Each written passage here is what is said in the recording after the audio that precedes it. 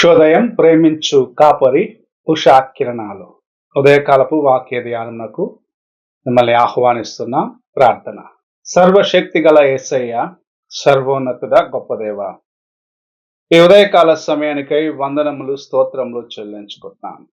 తండ్రి, మమ్మల్ని ప్రేమించి మమ్మల్ని కనికరించి ప్రతిదినము మాతో మాట్లాడుతున్న విధానాన్ని బట్టి వందనాలు. ఈ ఉదయకాలమున నీ వాక్యమును విని నీ సత్యమును గ్రహించుకొని నీ వైపు చూడుటకు మాకు సహాయము చేయమని యేసు పరిశుద్ధ నామమున అడిగి వేడుకుంటున్నాను పరమ తండ్రి, ఆమేన్. ఈ ఉదయకాలపు వాక్య భాగము దినవృత్తాంతములు 2వ గ్రంథము 7వ అధ్యాయము 14వ వచనమును 15వ వచనమును చదువుకుందాం. దినవృత్తాంతములు 2వ గ్రంథము 7వ అధ్యాయము 14 మరియు 15వ వచనములు. నా పేరు పెట్టబడిన నా జనులు తమను తాము తగ్గించుకొని ప్రార్థన చేసి నన్ను వెదకి తమ చెడు మార్గములను విడిచిన ఎడల ఆకాశము నుండి వారి ప్రార్థనను విని వారి పాపమును క్షమించి వారి దేశమును స్వస్థపరచుదును. దేవుడైన యెహోవా సొలొమోను మహారాజుతో చెప్పిన మాటలు ఇక్కడ మనం చూస్తూ ఉన్నాము. ఆయనకు రాత్రి వేళ ఆయన దర్శనంలో ప్రత్యక్షమై చెప్పుచున్న మాటలు ఇవి. నా పేరు పెట్టబడిన నా ప్రజలు. ఈ మాటలు ఆయన అన్యులకు చెప్పట్లేదు, దేవుని ఎరుగిన వారికి చెప్పట్లేదు. నా పేరు పెట్టబడిన నా ప్రజలని తన యొక్క జనాంగముగా ఉన్న ఇశ్రాయేలీల వైపు చూసి ఈ మాటలను చెప్పటం చూడగలం. ఇదే మాటలు ప్రభు ఈ దినము నీతో నాతో, అనగా దేవుని పేరు పెట్టబడిన వారిగా మనము ఆయన యొక్క కుమారులుగా కుమార్తెలుగా ఉన్నాము, మనతో మాట్లాడుచూ ఉన్నాడు. మనము ఆయన యొక్క స్వరమును విని ఆయనకు లోబడి ఆయన నేర్పించే కార్యములను మన జీవితములో నేర్చుకొని వాటి ప్రకారం నడవాలి. అయితే అనేక సార్లు ఇశ్రాయేలీలు చేసిన రీతిగానే నీవు నేను నడుచుకుంటూ ఉన్నాము.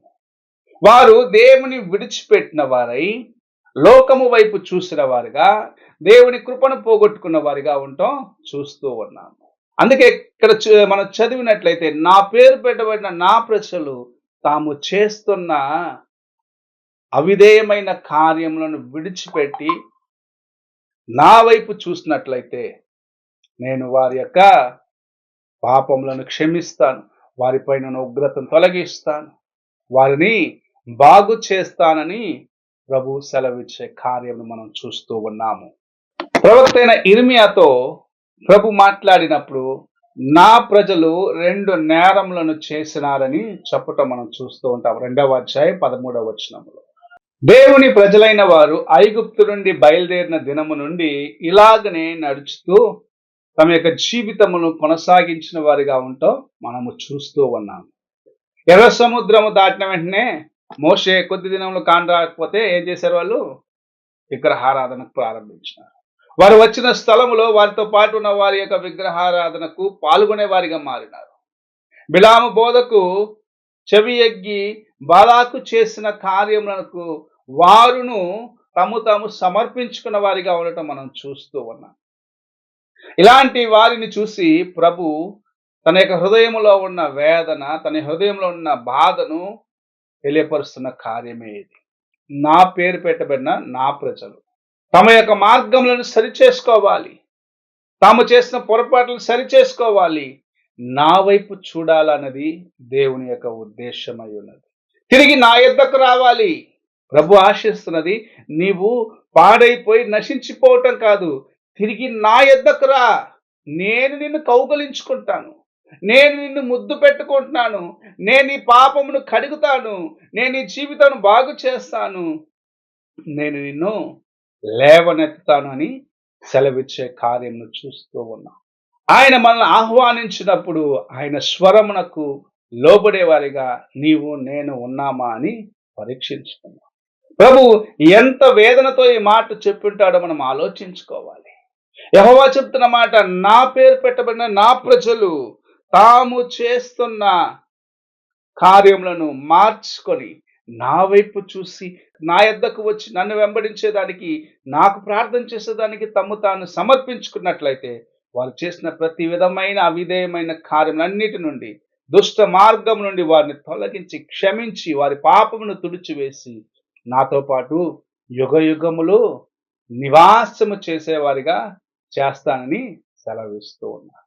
అదే కార్యమును ప్రభు ఈ దినము మనతో మాట్లాడుచూ ఉన్నాడు. మనం ఆయనకు లోబడి, ఆయనకు విరోధముగా చేసిన కార్యములన్నిటినీ విడిచిపెట్టి, మనల్ని మనం ఆయనకు సమర్పించుకున్నట్లయితే ప్రభు తన కృప చేత మనల్ని కాచి, ఆయన యొక్క కౌగిట్లో చేర్చుకొని, మన యొక్క బలహీనతలన్నిటిని క్షమించి, అవిధేయతను క్షమించి, మనము చేసిన పొరపాట్లన్నిటి నుంచి విడుదల ఇచ్చి, తన యొక్క రాజ్యములో ఒక స్థానమునిచ్చేదానికి వేచి ఉన్నాడు. ఆ ప్రభు మనల్ని ఆహ్వానించినప్పుడు ఆయన స్వరమునకు లోబడి ఆయన యొద్దకు చేరుకునేదానికి ప్రయత్నించే వారిగా నీవు నేను ఉండాలని ప్రభు ఆశిస్తూ మనతో మాట్లాడుచూ ఉన్నాడు.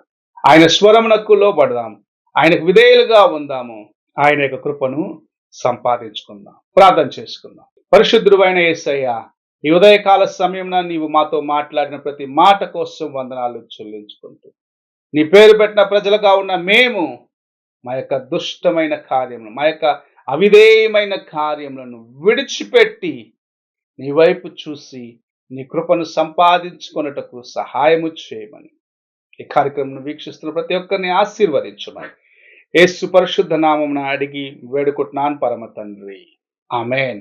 తండ్రి అయిన దేవుని ప్రేమ, కుమారుడైన క్రీస్తు కృప, ఆదరణకర్తైన పరిశుద్ధాత్మిక సహవాసం ఎప్పుడునూ ఎల్లప్పుడూ తోడయుండి సదాకాలము నడిపించును గాక. ఆమేన్.